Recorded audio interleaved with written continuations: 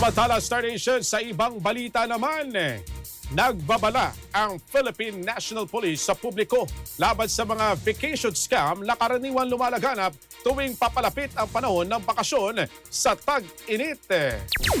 Ayon kay Police Lieutenant Wallen May Arancilio, spokesperson ng PNP-ACG, dumarami na raw ang mga manloloko na gumagamit ng social media at online platforms upang mag-alok ng peke travel packages, resort bookings at murang bakasyon na kalaunay ay hindi naman pala totoo. Ipinaliwanag ng pulisya na karaniwang modus ng mga scammer ang pag-post ng mga kaakit-akit talok sa internet at hinihingi ang advance payment o reservation fee o fee mula sa mga biktima.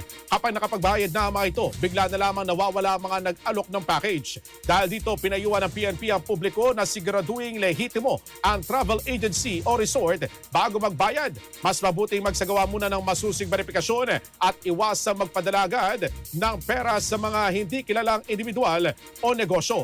Hinimok din ng pulisya ang mga biktima o nabiktima ng ganitong uri ng palilinlang na agad na mag-report sa pinakamalapit na istasyon ng pulisya upang o sa cybercrime units upang mapanagot ang mga sangkot sa scam. Sinabi ng PNP na layunin ng babalang ito na maiwasan ang paglilinlang at maprotektahan ang publiko, lalo na ngayong papalapit ang summer season kung saan kailan maraming Pilipino ang nagpaplanong magbakasyon.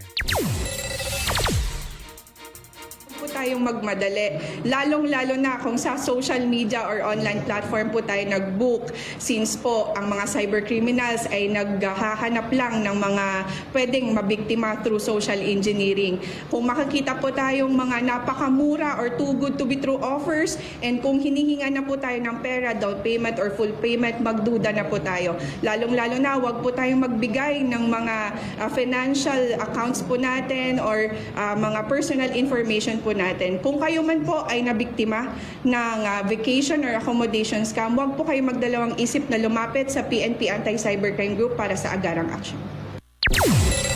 RFM News Connect.